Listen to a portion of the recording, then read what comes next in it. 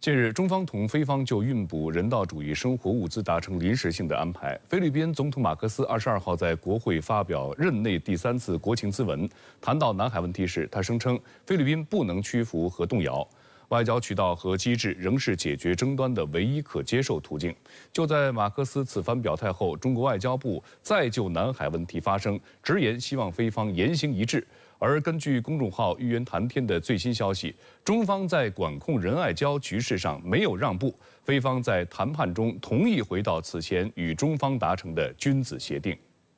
22号，中国外交部发文介绍，中方近来持续同菲方就管控仁爱礁局势进行磋商，并于日前就运补人道主义生活物资达成临时性安排，双方同意共同管控海上分歧，推动南海局势降温。不过，针对此次中菲双方达成临时性安排，外界普遍认为菲律宾能否继续遵守约定，还有待下一步观察。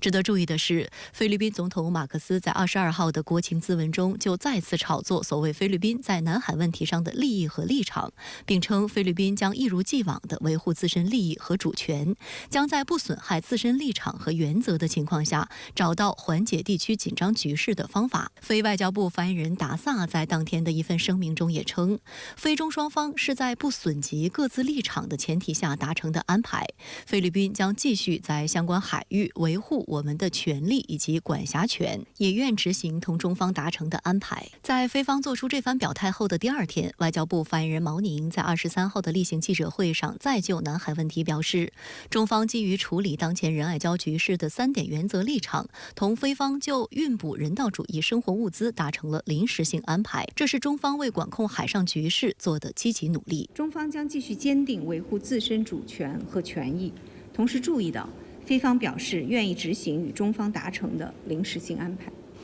希望菲方言行一致，不要试图倒退，不要节外生枝，不要再采取使局势复杂化的举动。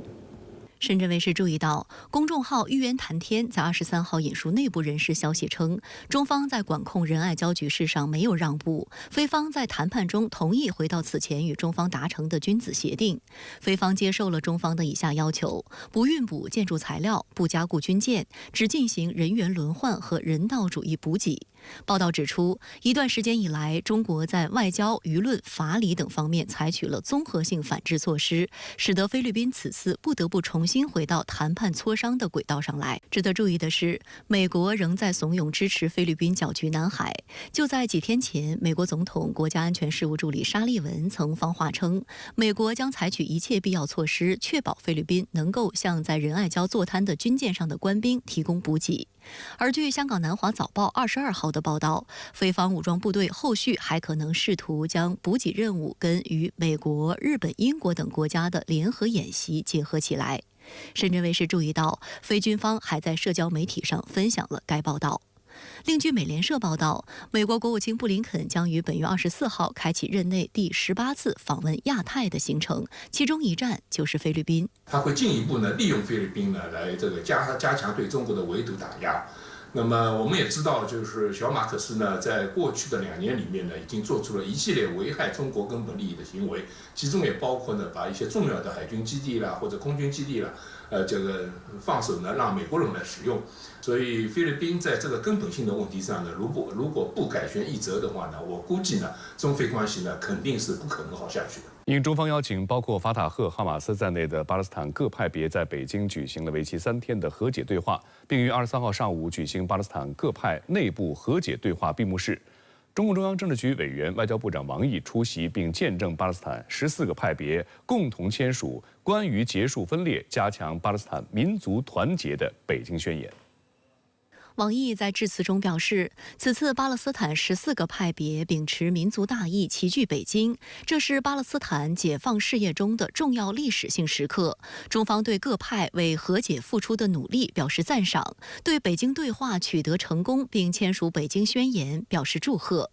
王毅指出，这次巴勒斯坦各派齐聚北京对话，达成的最重要共识是实现14个派别的大和解、大团结。最核心成果是明确巴解组织是所有巴勒斯坦人民的唯一合法代表。最突出亮点是同意围绕加沙战后治理，组建临时民族和解政府。最强烈呼吁是要根据联合国有关决议，实现巴勒斯坦真正的独立建国。王毅表示，巴勒斯坦问题是中东问题的核心，中方在巴勒斯坦问题上从没有任何私利，是最早承认巴勒斯坦解放组织和巴勒斯坦国的国家之一，始终坚定支持巴勒斯坦人民恢复民族合法权利。我们看重的是道义，主张的是公正。法塔赫代表团团长阿鲁勒、哈马斯代表团团长穆萨代表巴勒斯坦各派分别致辞，高度赞赏中方展现大国担当，在国际社会为巴勒斯坦主持公道正义，对中方为巴内部和解对话提供的有力支持深表谢意，将落实好此次共识，加强各派团结，推进和解进程，推动巴勒斯坦问题早日得到解决。外交部发言人毛宁在23号的例行记者会上介绍，王毅外长在致辞中针对当前加沙冲突困境提出3步走中方倡议。第一步是推动加沙地带尽快实现全面、持久、可持续停火，确保人道援助和救援顺畅准入。第二步是秉持8人治8原则，携手推进加沙战后治理。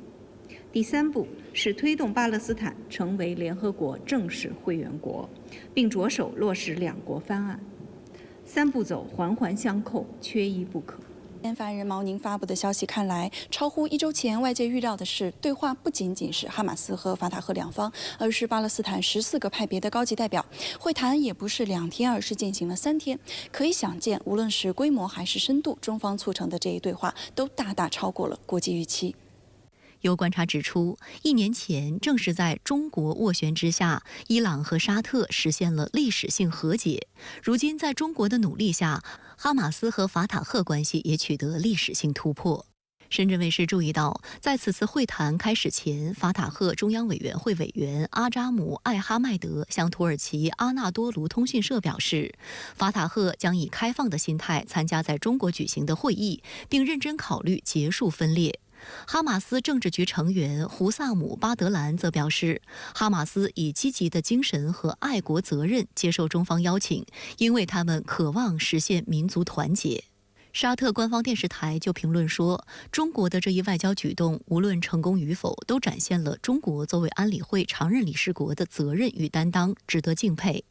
黎巴嫩媒体指出，法塔赫与哈马斯在中国会面并非新鲜事，却具有重要意义。这表明中国作为在全球舞台上具有重大影响的大国，受到双方的认可。卡塔尔半岛电视台评论称，这彰显了中国的外交雄心。因为中国有这个实力，能够帮助他们解决一些他们各自需要的一些困难。在哈马斯和法塔赫这个等等巴勒斯坦的这个整个大的这样一个阵营当中呢，都对中国有信任感，这是非常重大的啊。针对台湾地区领导人赖清德日前在民进党全代会上的台独言论，国台办发言人陈斌华22号回应称，民进党罔顾历史、罔顾事实、罔顾民意，顽固坚持台独分裂立场，两岸同胞要团结起来，充分认清台独分裂势力及其活动的本质和危害。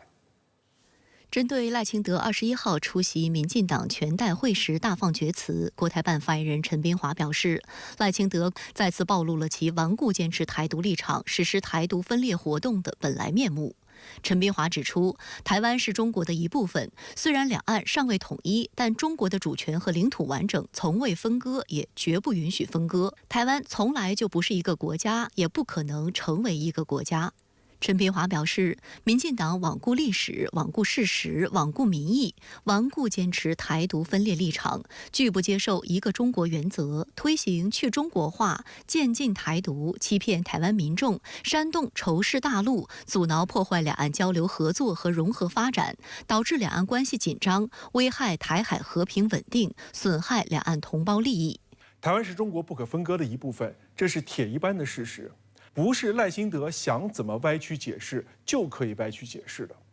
另外，我们知道，台湾现在政党政治的确遇到了很多问题，而这些问题的根源就是在于赖清德和民进党当局根本不尊重台湾地区的法律规定，他们试图为所欲为，想去给台湾民主设置更多的障碍和威胁。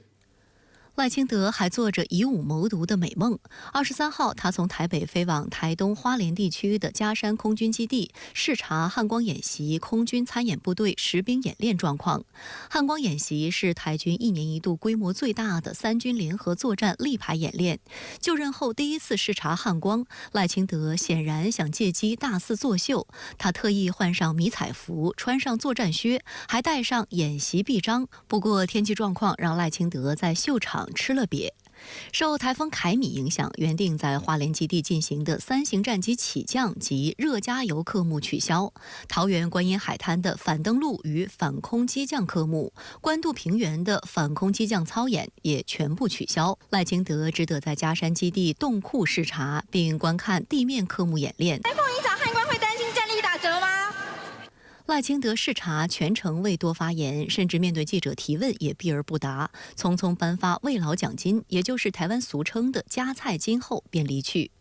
值得一提的是，以往台湾地区领导人视察汉光演习主要集中在台岛以西靠近海峡一侧，偶有去到台岛以东。近年来，随着解放军战力增强，各类演习升级，民进党当局判定原本作为战力保存的台东地区也不再安全，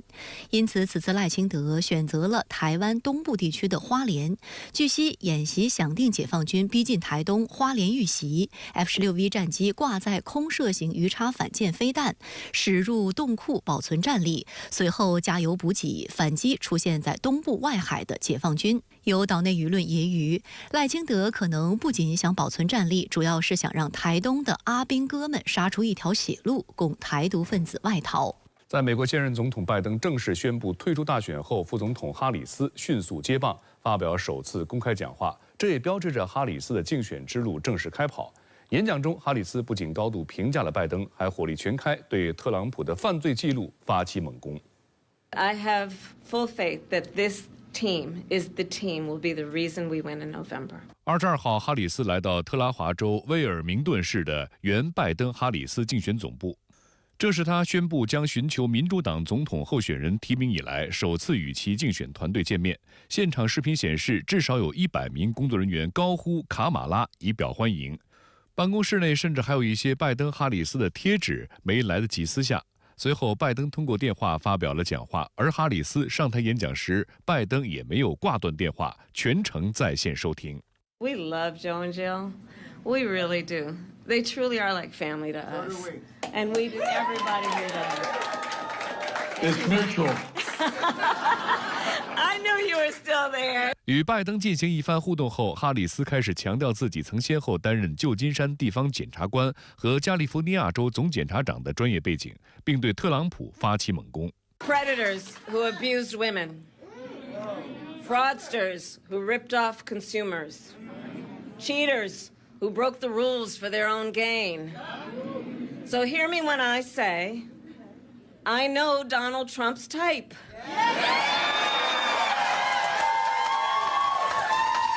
纽约时报给予哈里斯首次竞选演讲好评，形容他充满活力。此前，民主党战略顾问罗德尔·莫利诺称，哈里斯能够发起一场来自年轻选民和有色人种的更有活力的竞选活动。此次演讲也很好落实了民主党人的诉求。民主党内大佬也站在一起为哈里斯竞选美国总统背书。拜登几乎是在退选的同时表达了对哈里斯的支持。拜登的竞选筹款网站已经将背景换成了哈里斯的照片，首页写着“拜登支持卡马拉·哈里斯成为下一任美国总统”。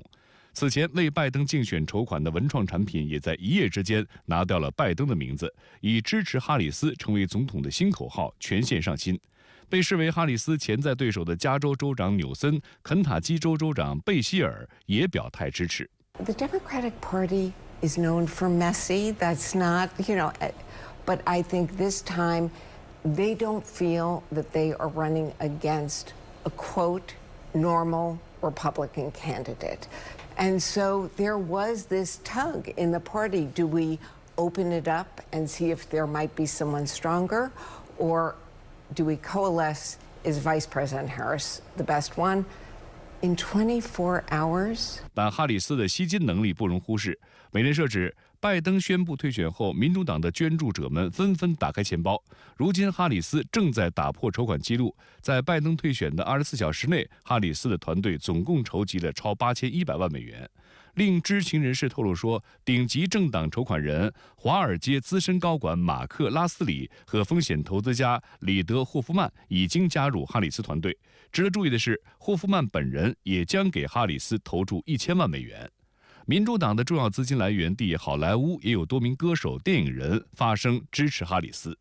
This was the perfect moment for her. Like, it's like right now, I don't feel like we have strong candidates. We don't have strong candidates. I feel like this would have been her perfect time to shine. 说唱歌手卡迪 B 在社交媒体 Instagram 上有155万粉丝。目前这条支持哈里斯的推文已经获得超过60万人点赞，并收获了1.2万条评论。不过，接下来的几周对于哈里斯而言十分关键。他不仅要团结民主党锁定提名、巩固筹款趋势，还要规划出一条明确的竞选道路。路透社称，截至22号晚间，哈里斯获得的党内支持数已经超过了成为民主党总统提名人所需的绝大多数门槛。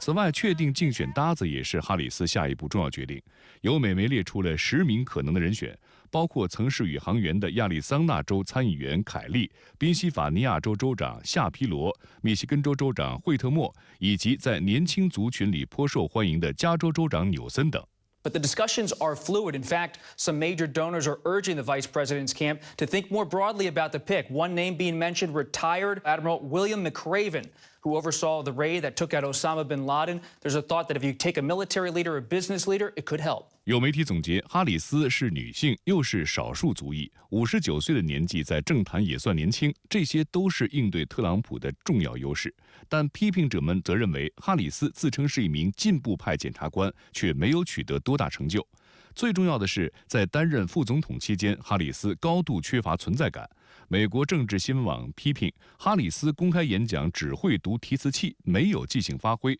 也鲜少制造舆论爆点。相比网感十足的特朗普而言，哈里斯宛如一个隐形人。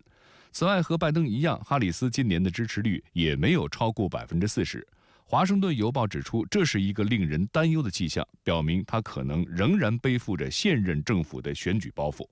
另据美国广播公司报道，在新冠测试呈阴性后，美国总统拜登当地时间23号从特拉华州返回首都华盛顿，他将在当地时间24号向全国发表讲话。报道说，拜登在登上空军1号时没有停下来回答记者的提问，而这次露面是他宣布退出总统竞选后首次公开露面。此前，拜登宣布将于周3晚间向全国发表讲话，阐述他对任期最后几个月的设想。他在社交媒体 X 上发布的一份声明中称：“我将在椭圆形办公室向全国发表讲话，阐述未来的形势，以及我将如何为美国人民履行完总统任期。”拜登退选后，特朗普也迅速调整攻击目标。路透社引述消息人士的话说，特朗普的竞选团队早在几个星期前就开始为哈里斯可能接替拜登做准备。在拜登正式退选并支持哈里斯的几小时后，团队就火速上线了一段30秒广告，抨击哈里斯是掩盖拜登衰退的遮羞布。Kamala knew Joe couldn't do the job, so she did it. Look what she got done. A border invasion, runaway inflation, the American dream dead. They created this mess. No, Kamala owns this failed record. 特朗普团队炮轰哈里斯参与掩盖拜登每况愈下的健康状况，认为选民已经对民主党人和媒体失去了信任。此外，在拜登宣布退选后不到1个小时，特朗普的竞选团队就在社交媒体渠道中放满了哈里斯过去疑似引人反感的言论片段，其中包括他支持禁用塑料吸管的言论。事实上，特朗普早在7月4号就曾预言，拜登将由于在辩论中表现不佳而退出总统竞选。He's quitting the race. Is that right? Yep, I got him out of the race. And that means we have Kamala. I think she's going to be better. She's so bad.She's so pathetic. 据路透社23号报道，路透社和易普所的最新民调显示，哈里斯的支持率达44%，领先于特朗普的42%。特朗普竞选团队的民意测验专家则有意淡化哈里斯支持率上升一事，称这是由于媒体近期对哈里斯的新候选人身份进行了广泛报道。